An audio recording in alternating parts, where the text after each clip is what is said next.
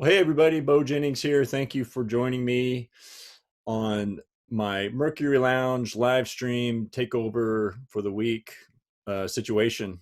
I am grateful to Mercury Lounge for letting me do this. Thanks, Bobby Dean, for giving me time to and excuses to talk to old buddies. Okay, we are talking with my friend Bradley Beesley today, a filmmaker. And Brad, when I hit you up about this, the first thing you said was, let's talk about Hill Stomp Holler, which I've known about for a while. And I thought, well, I haven't seen that movie yet. And how come I haven't seen it? Why did you have to send me a private Vimeo link to get ready for this? Well, it was the very first feature-length documentary that I ever attempted to make. I was about 28 years old, maybe 29, living in Norman, working for the Postal Training Service, doing postal training videos. I was very discontent with my job. Happy to have a job. Before that, I worked at Channel 4 as a live truck operator, which was actually a pretty cool job because I would take the live truck to like Quail Springs Mall or something because I didn't have to work unless there was a live shot. So I would be in the back of this gigantic truck.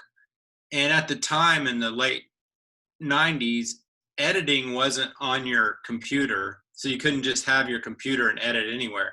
But I had an editing bay inside of the live truck.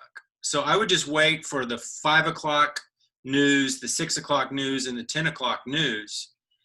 And in the meantime, I would be posted up anywhere in Oklahoma City in the back of the truck with the generator on, editing my own films. But I still felt like that wasn't enough. I wasn't a true filmmaker because I had just made short documentaries and I was doing the Flaming Lips music videos. I just remember the time for me, I just felt so unsettled and unaccomplished. And I wanted desperately to make a feature-length documentary.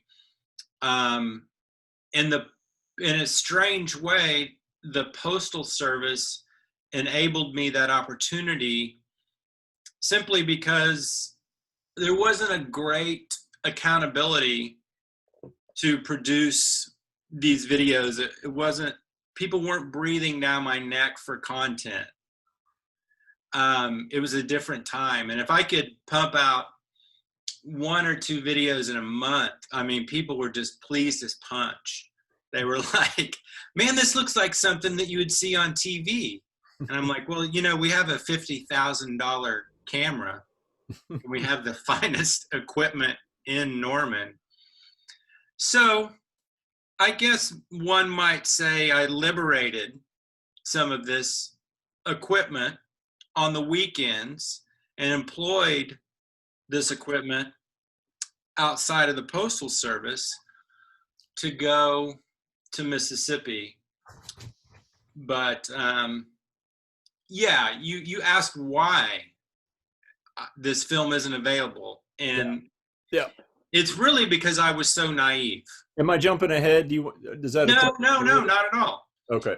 It's just a testament to how young and dumb I was, is why the film's not available.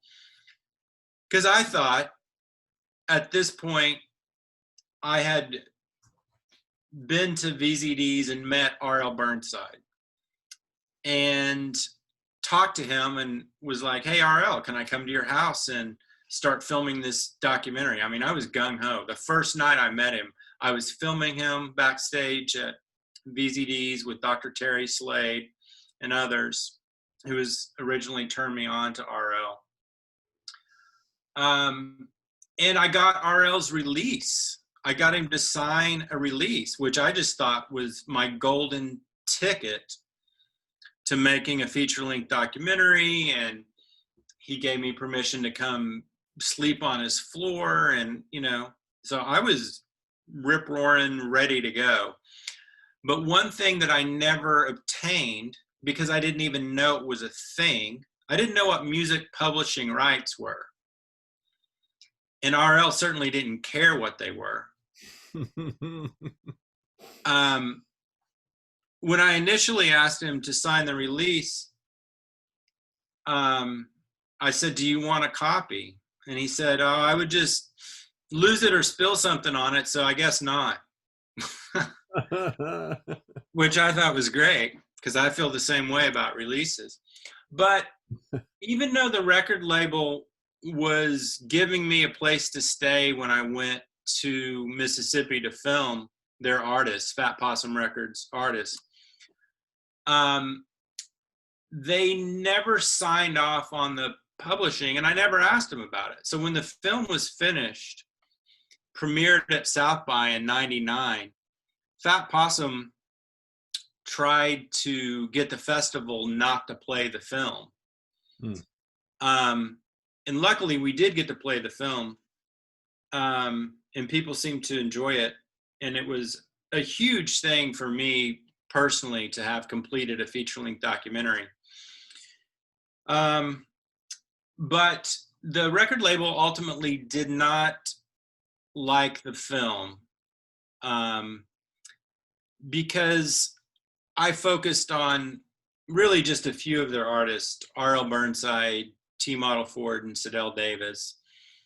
And they wanted me to, keep filming for another year and include all these other people on the label. I was like, well, that's your film. This is my film. And they simply said, well, look, dude, we're not going to give you the publishing rights. You can't exploit our artists in this way. You can't release the film. And I was like, oh, okay, I get it. Mm-hmm. So that's when I learned what publishing rights were. So I guess that answers your question. Yeah, you got I guess you got the boost that comes from, I don't know what South by's status was in '99 necessarily, but it seems like a premiere at South by in 1999 is no small thing. And you got a boost from that, and you got your foot in the door probably to some degree, even if the film didn't get distribution after that. Yeah, no, totally. We won an award at the festival, and I met lots of people at that festival, and it really opened up my world and allowed me to begin making Okie Noodling. I had put $12,000 on your wife's credit card. Oh yeah, we'll get to that here in a little bit. Yeah. And I owed Jody $12,000. And luckily, Fat Possum cut a deal with me, essentially. And they said, look, what do you have into this film? And I was, again, dumb and naive. And I just told them exactly how much I had into it. Instead of doubling it or considering my labor. Yeah. Or time or anything. So I was just like, well, we've spent $12,000. And so they bought all my raw footage from me and went off and made their own film. Mm. And I thought it was great because I was able to pay off Jody's credit card and then rack it up again on Okie Noodling. I think on Okie Noodling, I racked up $26,000 on Jody's credit card. Yeah, that my kids are still paying the price for that, so thank you. Well, luckily we got a congressional grant from ITVS for Okie Noodling where I got to pay that off too. Skin of your teeth every time, man. Oh, always. Well, I think it's easy for you and I to sit here and talk about it because you made it and I just watched it yesterday. Sorry, my dog is going nuts. I might have to leave for a second and wrangle him. But you just get Wiley in the picture. I love that dog. Yeah, we'll get him in here in a sec. But just give us a quick synopsis of the film and what happens. And I know you have some clips you might want to show here in a little bit, but just talk about, it's about R.L. Burnside, blues musician, and in a larger sense, it's about the record label that kind of released records by him and other dudes around that time. And Hmm. that just, I don't know. Well, Stuff. yeah, let me back up just a little bit, um, and let you know what kind of inspired me to make this film, which was I was watching a lot of Les Blank films in the OU School of Art. Our instructor, video instructor, John Alberti, was a big fan of Les Blank, and also Dr. Terry Slade, the good doctor of Norman, had this Les Blank film about He's lightning still in Hopkins. practice. Is he still practicing? Oh yeah, yeah, he's in practice. I have to look him up. Look up his Yeah, business. you should. But so I saw this Les Blank film on Lightning Hopkins, and I was blown away. And I was just like, that's exactly what I want to do. How do I do this? And that became my mission. And it was just good timing because there was this convergence of all these people trying to help me. Phil Harder, who's a mutual friend of ours, a music video director, was really kind, and he loaned me a 16 millimeter motion picture film camera. Hosty at the time loaned me $500 to make my first trip. Of course, Jody, our executive producer, chipped in. The Postal Service unknowingly chipped in. That means the taxpayers chipped in too. Ouch. Well, I was a private contractor, Oh, of course, yeah. but it was just this perfect storm, and it was time for me to go try to prove myself, even if it was only on the weekends, because I was still working at the Postal Service. And I have to say, the first couple of trips were a total disaster. The first night we filmed with RL, we recorded him in Hattiesburg in South Mississippi, which he's from, North Mississippi. So it was a long drive from Norman, and we didn't actually hit record on the sound recorder, the DAT recorder. So we had all this footage with no sound. And then we had to, the same trip, that first trip, we had to drive to North Mississippi that night to make it to his next show. And I had a couple of guys with me. I think my buddy JT and my buddy Ari. And I was sleeping in the back of the camper truck that I had at the time, and I smelled the ocean. I was like, this isn't good. RL lives in North Mississippi. And we had gone the wrong way. This obviously was prior to iPhones. And then we missed RL's show. And that was our first trip. So we missed a show, didn't record sound. Yeah. So I was like, do I even know how to make a film? Yeah. You know, coming out of art school, you think you're a real hot shot. Yeah. And then you find out that you don't know anything about making films. Just basics like driving and getting a map out and pressing record. Yeah, yeah. So, But things got better, and so yeah, we finally had a successful trip on the second trip, and ended up staying with RL for a couple of nights. I'd never seen that kind of poverty growing up in the suburbs of Oklahoma City and more. I mean, RL lived with 3 generations of his family in a very small, maybe 900 square foot, 3-bedroom home. And if you watch some of the footage that we recorded in his house, his refrigerator has a chain and a padlock on it because his kids would raid the refrigerator and eat everything. So he had to keep a a padlock on it. Mm-hmm. I thought that was fairly telling. Um, so RL was definitely a point of interest in the film, and that same well, the previous year RL had come out with a record with John Spencer, Blues Explosion. I think initially that's how I got turned on to RL, was through a John Spencer record. So that same year we reached out to John Spencer and he agreed to be in the film, which was a nice little boost.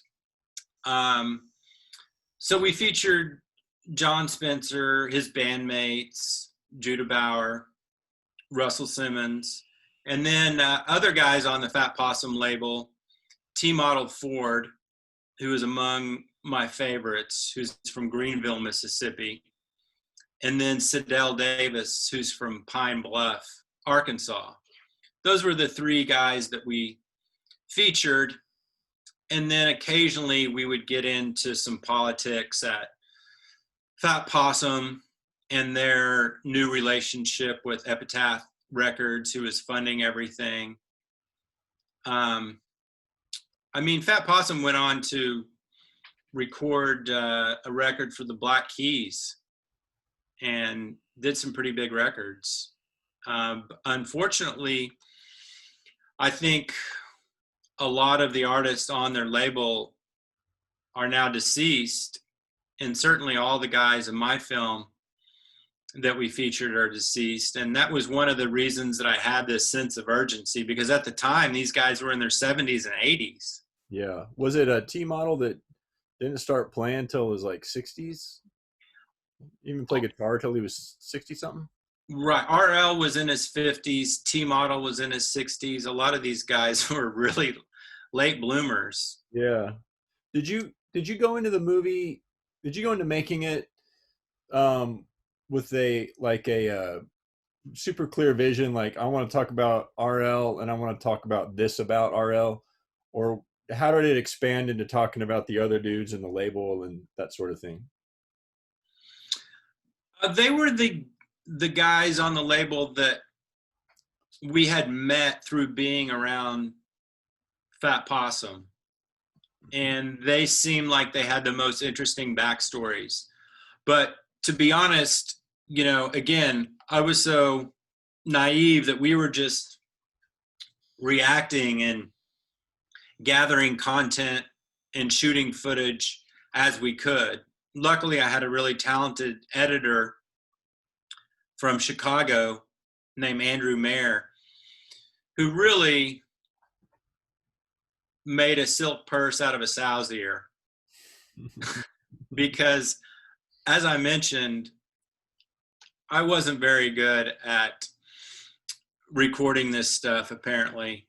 And a lot of the footage looks like holy hell, but Andrew did a great job. I'd worked with him on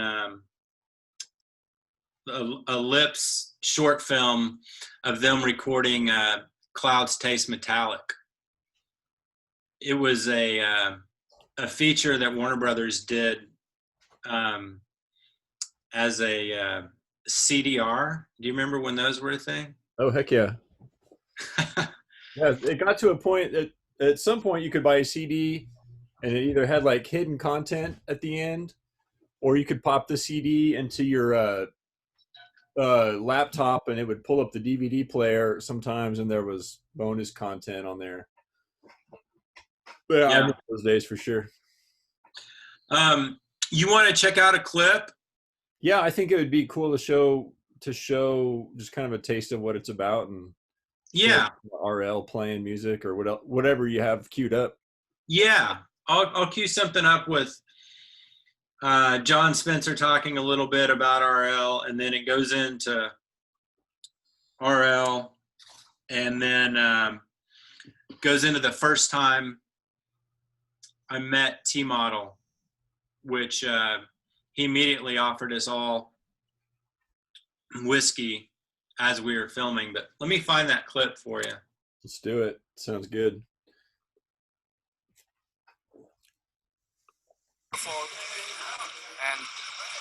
on site, you'd hear the same jokes, the same stories night after night.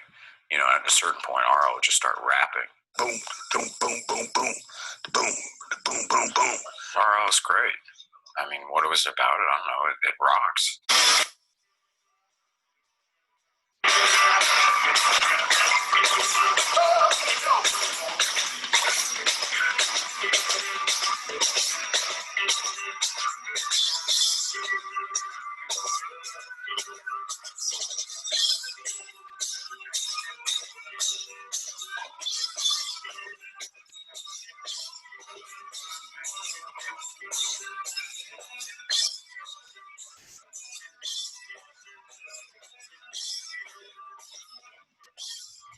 That's his grandson, Cedric Burnside, playing back there, who was 18 at the time.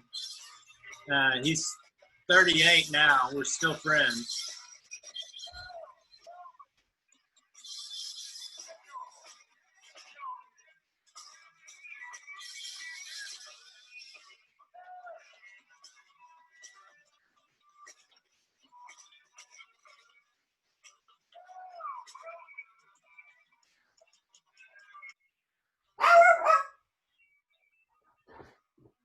So much of that footage, oh, my stupid dog. So much of that footage, I love it because as I watch it, I can't tell. That Possum's class from follow-ups to Ass Pocket have led them into the backwoods of So Mississippi, this is a scene of ever in search of the first time we met T-Model Ford. singular leads man is T-Model Ford. What you bring you there? Some corn and whiskey.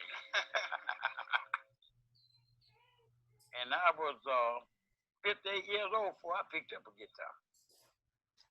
Now I'm 76 years old. And my wife left, and then I started. I didn't know nothing about a guitar. Can't read, can't write, can't spell nothing. But I can play this guitar when I have to.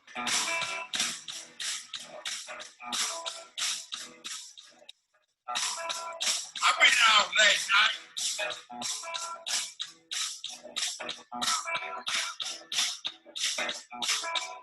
And I got high. T-Model stomps out tunes on a flying V guitar, romping as rough as any blues man past or present. They found me. That's where I was sitting out there in the yard under that tree, hopping around. I was playing a little music, but I wasn't getting nothing for it. I play all night sometime for $30 or $40. And I know I was getting stuck, but I didn't thought I'd ever get that big. But when I run into them, they carried me up high and carried me places I never would have went, never would have thought about going. So Fat Pop and them have been really nice to T-Model Ford, and I really bless them and thank them. Yeah, he's a sweet guy. Well, I'm with That's one of my favorite little moments in the I film. will get down oh, in the world. That shot through the window. And I had you good looking Yeah, let me. fishing after me.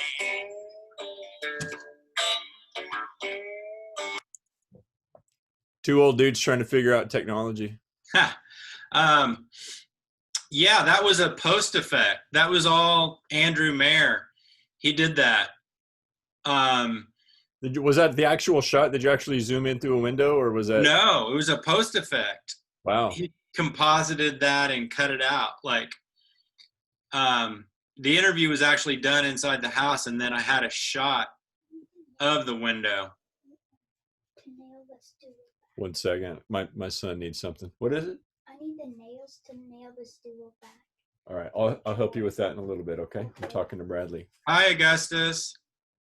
You want to come say hi to Bradley? Yeah, he does. Hi. Hey, buddy. Good to see you. Nice shirt. Thanks. I got it for my birthday. That's cool. When was your birthday? March. How old did you turn? 17 or 18? 9. 9? I thought you were 17. He's getting up there. Maybe next year he'll turn But 17. what are you doing for a living anyway? I've been meaning to ask you. Well, for chores, I get money. Yeah, so you work for a living. That's Yeah, good. and then I get to play video games.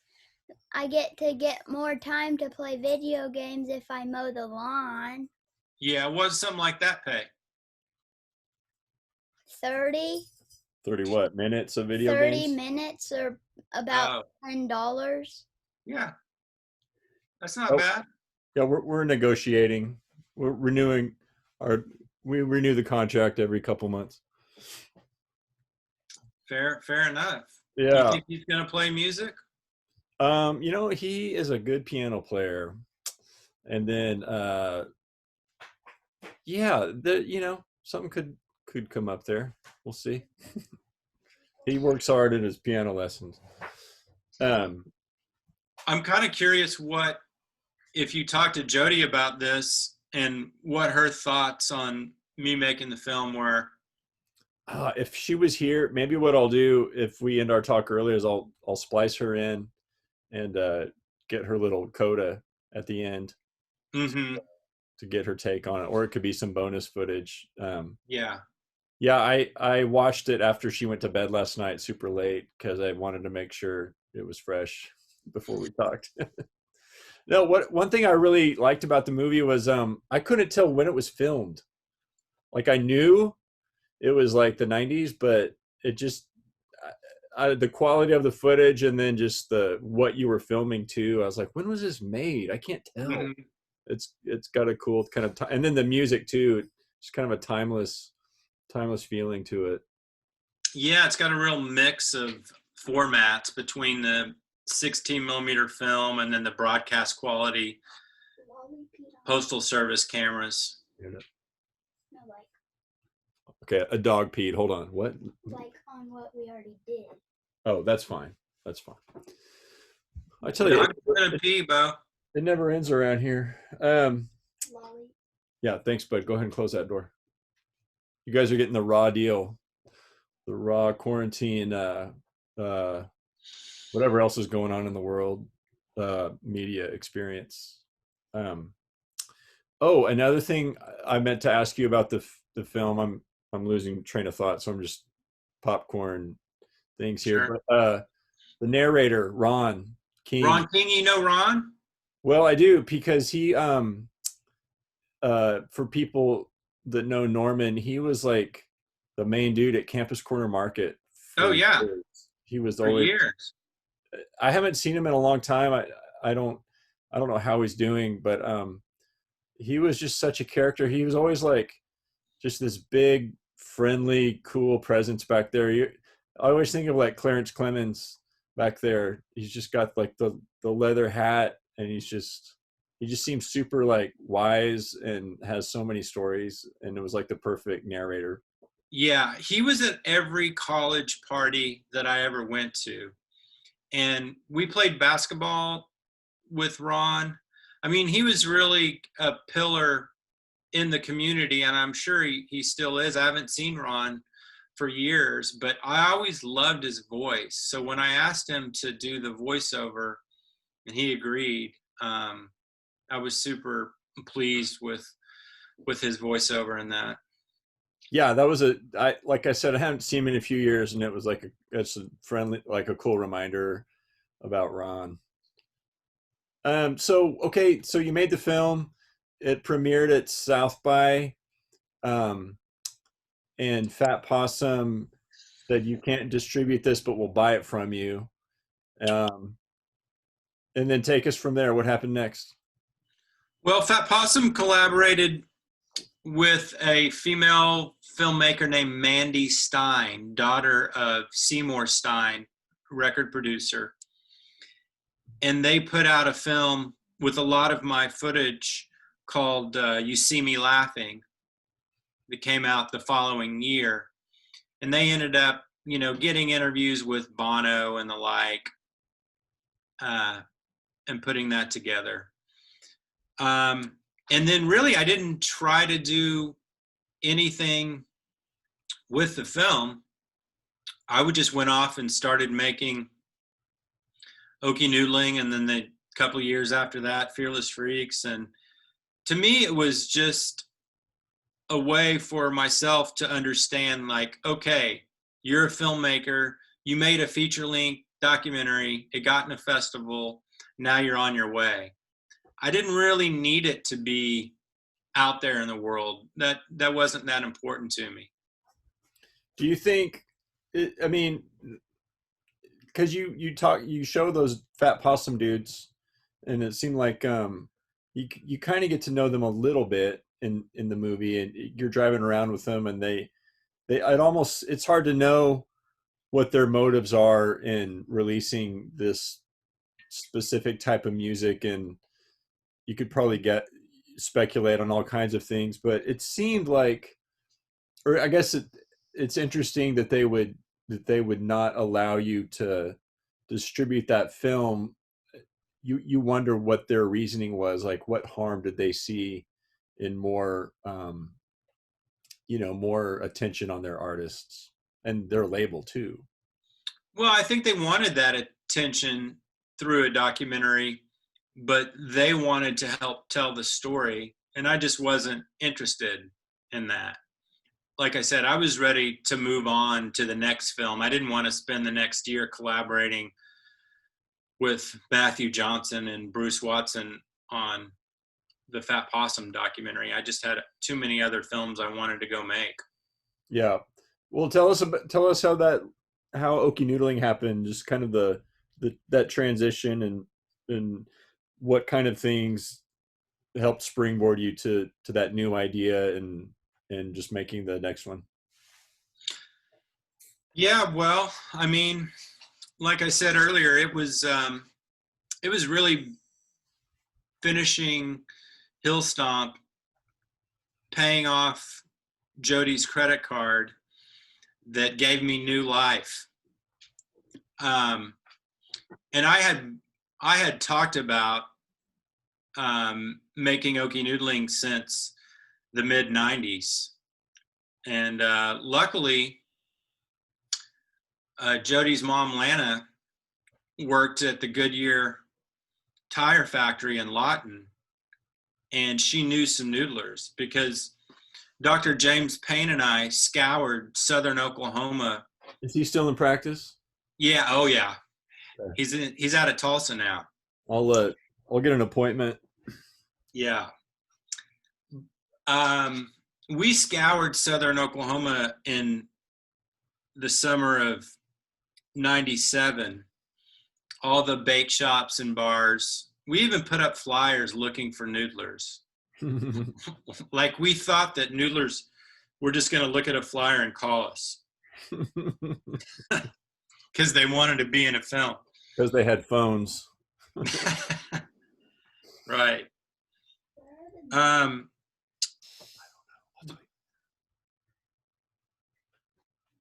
I think we should digress just a little bit. There's one artist in Hill Stomp Holler, Sidell Davis.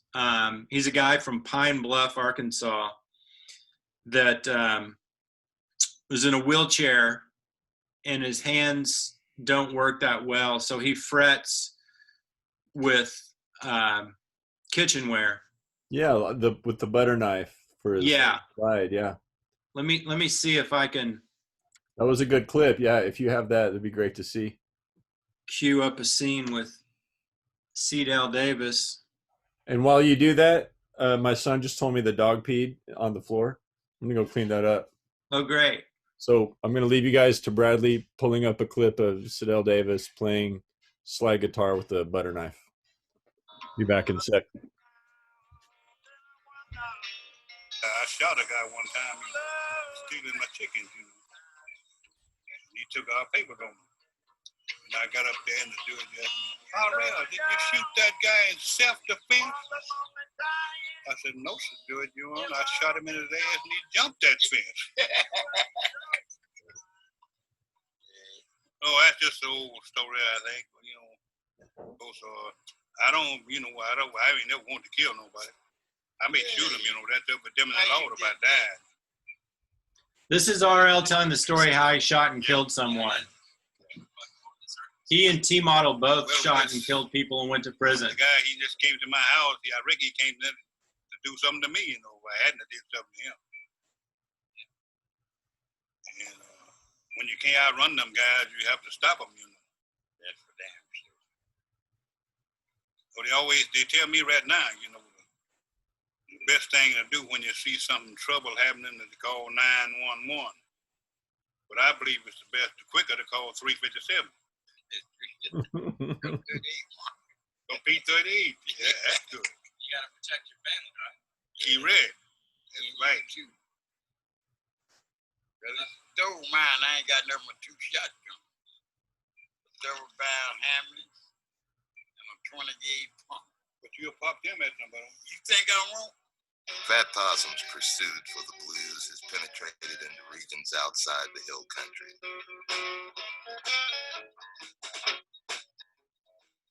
Arkansan Cedell Davis is a prime example. Like so many in decades past, Cedell was struck down with polio.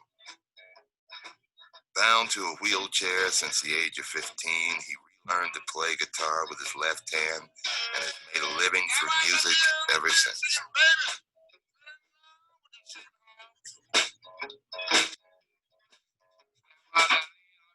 Chicken baby fell in love with your chicken hog. All right, you just want me to play something? All right.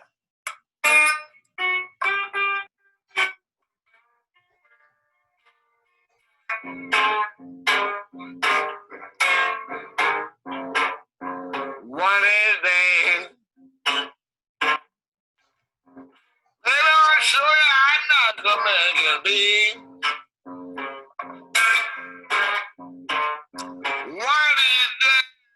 One of these days, show you how nice a man be.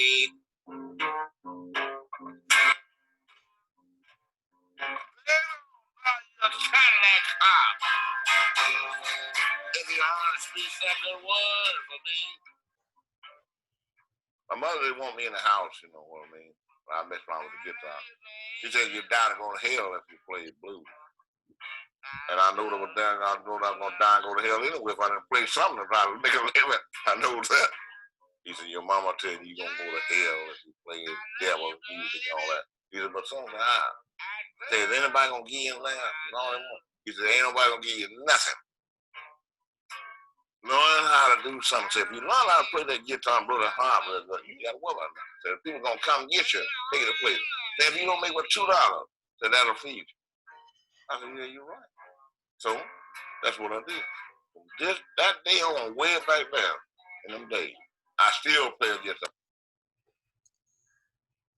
Man, that's such a unique environment and such like music that's so specific to that environment. As you're watching it, you're like, where else do you experience and see this type of artist happening unless you like go there and watch them in their home?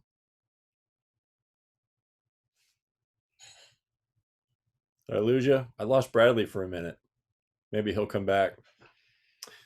Yeah, what you're getting here, everybody, is Zoom interviews at their finest. All of these interviews this week are they're just super freewheeling, and that's kind of the limits of the medium. But I really, oh, here comes Bradley. I'll finish my monologue later. You back, dude? Sorry. You're back. I don't know if you caught what I was saying. I was just talking about how cool and unique and specific that type of performance seemed to, like, that guy in his home with his like limitations and his tools, you know? Yeah, I remember that day like it was yesterday. It was on a Sunday. My brother Paul and I drove from Norman. He was also a filmmaker and a camera guy. And so he drove out there with me. I think we might have taken some Channel 4 gear that day, or maybe it was the Postal Service gear. I can't remember, or both. But because it was a Sunday, in Arkansas, you couldn't buy beer, not even like 3-2 beer. So we went with Siddell to buy some illegal beer on a Sunday from bootleggers in Pine Bluff. That's how we started the day. And it was Busch Light, and it was a 12-pack. And he put it by his wheelchair, and in between every song, he would grab a Busch Light and down it. And it was just me, my brother, and Siddell in his house. And he played songs for at least 3.5, 4 hours. And we didn't want him to stop. But he finally stopped. And we're like, great, thank you. And he's like, well, I'm just stopping because I need to pee. We're like, okay. He's like, go in the bathroom and get that red bucket for me. So I'm looking at my brother. He's looking at me. He's like, it's your film. So I go in the bathroom. I grab the red bucket. I hand it to Siddell. And I thought maybe he might shimmy his wheelchair and point it away from us or something. But he didn't. He just pulled it out right there. And I think, I want to say it dropped into the bucket. And he peed for what seemed like 5 minutes. We weren't filming that, thankfully. But yeah, I always will remember that. And then when he was done, I was like, well, what do you want me to do with it? He's just like, well, take it back in the bathroom and pour it in the toilet. And I'm like, all right. But I mean, that was pretty impressive for him to hold his pee for like 3.5 hours after downing 7 or 8 of those Busch Lights. Yeah, I mean, I guess when you're guests in his home, those are the things you get to experience. Hey, I was proud to do it. Yeah, that feels like some kind of, I don't know what that feels like. Some kind of rite of passage or something that you only have to hopefully do once, maybe. Yeah. I mean, all these guys, the thing that struck me about making this film and spending time with these guys, despite the fact that all of them had been to prison several times, RL and T Model for actually shooting people, they all had this sweetness about them that I guess only comes with age. Yeah. But like T Model had a baby, a grandbaby that was like a year old, and he would just, watching him with that baby was like the cutest thing ever. I love it. Even though, you know, in the next interview, as T Model's holding the baby, he's talking about taking out a pocket knife and stabbing a guy and watching the blood squirt out of him. Yeah. Well, there's something cool about those dudes that, and maybe this is something that makes the blues work, I guess, but dudes that have a lot of life experience behind what they're singing about. And at that point, when they're ready to start singing and playing, it just carries that much more weight and feels that much more lived in and just resonates that much better. Yeah, that's a good way to look at it. I hadn't thought of it that way, but well, it's true. easy to see younger blues musicians that are technically really good and they have really good gear and they're good looking and that, you know, that sort of thing. And you often hear complaints about those types of artists because it doesn't feel authentic for one reason or another.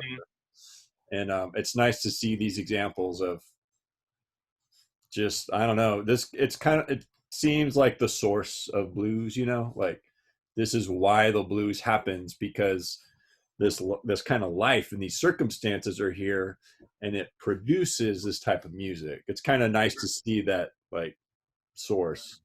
And it's still happening in the North Hill country of Mississippi. I mean, RL's got 13 children, and I think 26 grandchildren. Most notably is Cedric Burnside, who's still playing out all the time, who you see as an 18-year-old kid drumming. Now he fronts his own band, which is really cool to see. One thing I kept coming away with from your movie was just how much like the area, that part of the country, like affects that sound. And I mean, who knows? It's beyond what I know how to get into, but who knows what kind of politics or geography or social class things produce that. But there seems to be some, and they were even distinguishing what you were focusing on from like Delta blues. Like they were saying that's kind of different, and what we have here is kind of its own sound. And yeah, it's hard to trace back what those elements are that create that sound, but I like when music seems to be tied to a region and it only can kind of come from that region. Yeah, I wish there were more of those guys playing the hill country style, but there's just not that many of them. Yeah. Is so Fat Possum's still a label, and they're still releasing records, right? Yeah, I think Erica put out, it's been, 10 years, but I think Erica put out a record with them years ago with Heartless Bastards. Oh, right, of course. Did you have any other clips you want to show, or do you want to pivot a little bit? Yeah, I think we showed enough clips. I'm still kind of interested in this idea of moving from hill stomp to okie noodling, and because okie noodling, obviously music's like a big part of like all the films you make, and the Flaming Lips made the soundtrack for okie noodling. Is that right? Mm-hmm. Tell me about how that happened. Was it just a result of you making music videos with them, and was it just a natural growth, or how'd that come about? Yeah, so I really got embedded with the Lips throughout the 90s, starting off doing music videos, but I was never satisfied with music videos. Honestly, even though I've made 40 or 50 music videos, I never get that jazzed about them. I always like the making of the music video more than the video. So in filming music videos for the Lips, I would always record a bunch of behind the scenes content. So that kind of morphed into me being in the studio with them, George Salisbury and myself, when they were recording Clouds Taste Metallic.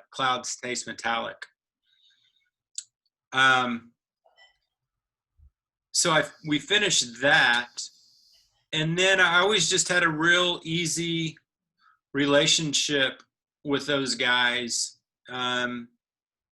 Even when we started filming the Fearless Freaks, we would just ask each other for favors. There was never any contracts, or I never paid anyone in the band or the label or the management to come up with a soundtrack. Mm-hmm. They just kind of went off on their own. I remember with Okie Noodling, Wayne came up with this long-winded story that we put out on this EP, how he thought when I started talking about noodling that I was talking about kids masturbating, and that's what he thought I was making a film about. But yeah, he and Steven recorded the soundtrack for Okie Noodling very lo-fi on a 4-track, with Steven just playing drums on a table, and just kind of riffing. But it's some of my favorite music that they've made, for any of my films. Is that a soundtrack that someone could like find aside from the movie, or is it just kind of embedded in the film? Yeah, no, definitely. It's we gave out 1,000 of the CDs in 2001 at the premiere of Okie Noodling, and those are all, online. You can YouTube that, the Okie Noodling soundtrack, and listen to it. Cool. Some really great stuff.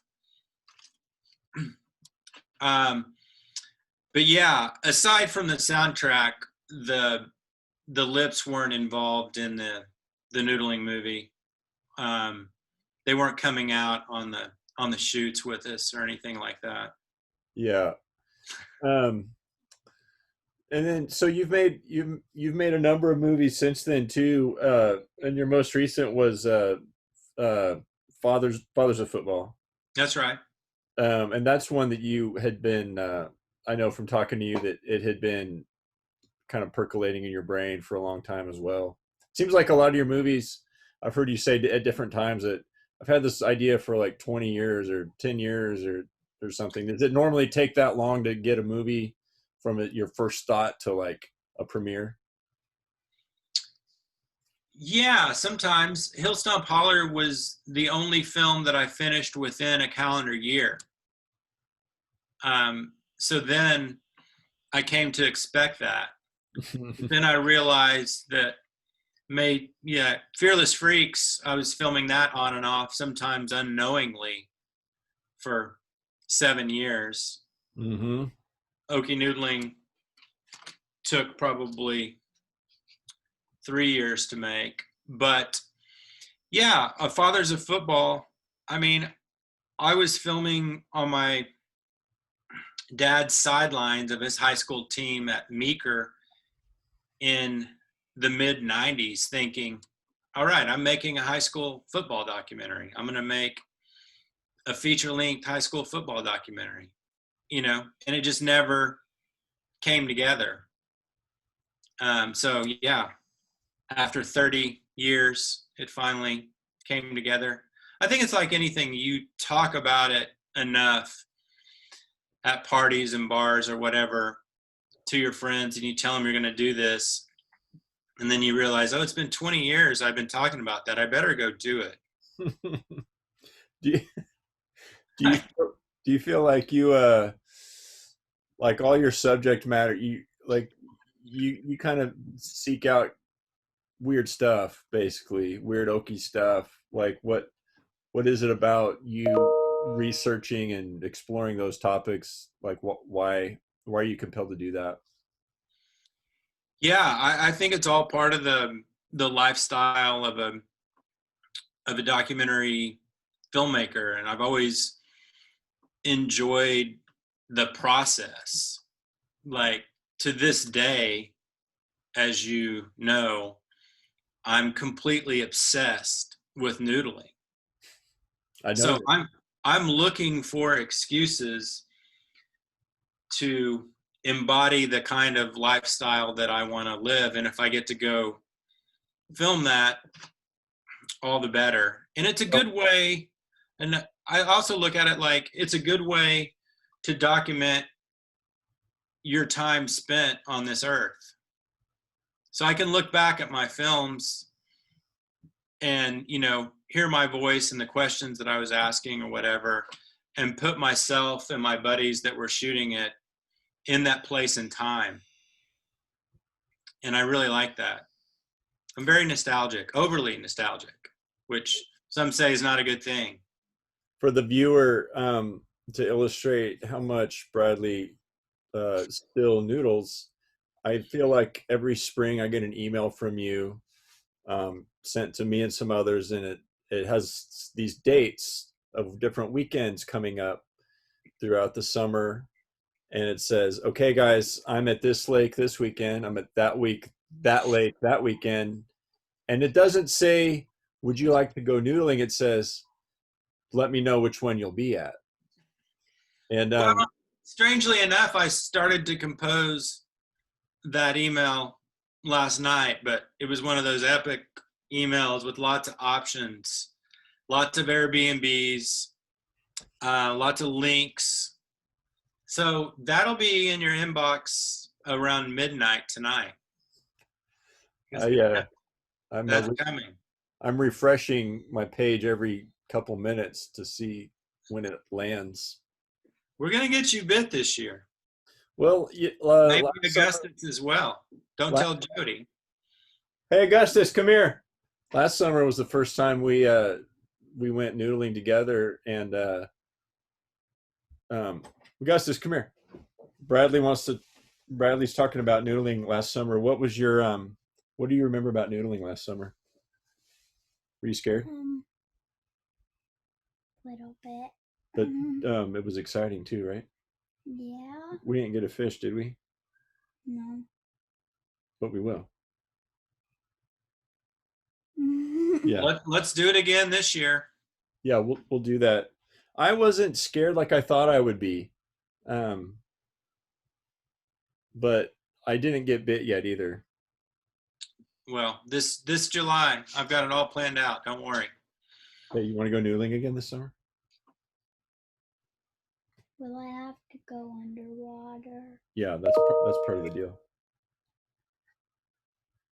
You get to go underwater. Yeah, you get to go underwater. We'll talk about it later. Go finish your chores. Learn some money. Hey, we're coming up on our time limit. Do you what else should we cover? Well, I feel like we might be a little remiss if we didn't mention Black Lives Matter. I thought about that as I was watching the film last night, and you know, I'm sure when you made that in the 90s, there was obviously not the same focus as we have, this week or this month on it, but it did kind of, the current climate put that footage and your film kind of in a different relief and a different context for me. Yeah. Well, it bothers me when people say, all lives matter, or, white lives matter too. And it's like, yeah, but all lives and white lives weren't enslaved. They weren't incarcerated at high levels. They certainly haven't been discriminated against, and they surely haven't been murdered. So yes, we need to remind people that Black lives matter. It's such a heavy time, and there's so much to think about and read about and ponder, and you can only hope that you're making like the right steps and taking the right actions, and sometimes you got to look back and realize you're not in certain ways. I I always think about what's the role of like art in these moments. And honestly, I don't know if art has a role in the immediate scope. I don't know how much it matters. It sometimes art uplifts me in the immediate sense if I hear a song that inspires me or watch a film that reminds me of something. Well, I think it informs, times like these inform the work. Yeah, I totally see that. I totally see that.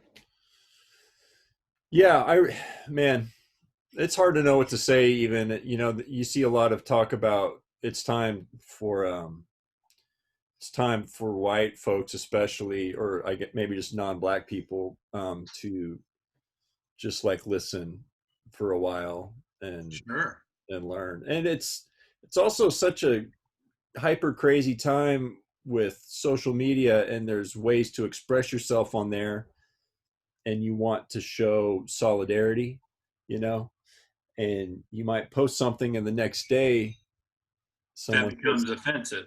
it's a thing that actually what you're doing by posting that, and so you think, okay, Right. maybe I shouldn't have posted something. And it's so difficult to, you don't want to be silent, you want to show that you're Mhm. support, and you don't want to take up more airspace than what Right. needed. It's tough. It's a conundrum for sure, but I thought about that earlier today, how it's tough to know what the right thing to do is, and how it's probably, it's got to be infinitely tougher for black people in this case to do the right thing. They're told to protest peacefully, but taking a knee at the football game isn't going to cut it. That's not acceptable. right. It's, there's just an absurdity going on that it's tough to know what to deal with. Yeah. Well, I'm glad that we at least got that out there. Yeah, I'm glad that we didn't solve anything just now. Dude, thank you for talking with me. I always get a kick out of hanging out and hearing about your movies and stuff. Well, cool. Thanks for having me. Ask Jody for her take on Hillstomp Holler and the $12,000 on her credit card. I was talking to Tyson the other day about the album cover that she ended up on for the Chainsaw Kittens. So she might need her own episode here. Right. I mean, she funded Verdigris too, so a real patron of weirdo oaky art. Yeah. Did she get the EP credit on that? Yeah. Okay. I think I got to go back and check. We'll address that offline. Good deal. All right, man. Well, good luck with the rest of these, and thanks for having me. Yeah, dude. I'll stop recording and then I'll talk to you a little bit more after that. Hey, thank you, Mercury Lounge. Thank you, Bobby Dean, and thank you for watching. These have all been so fun, and these will end up online at some point as well, so you can revisit. Take care, everybody. Be safe and be kind to each other.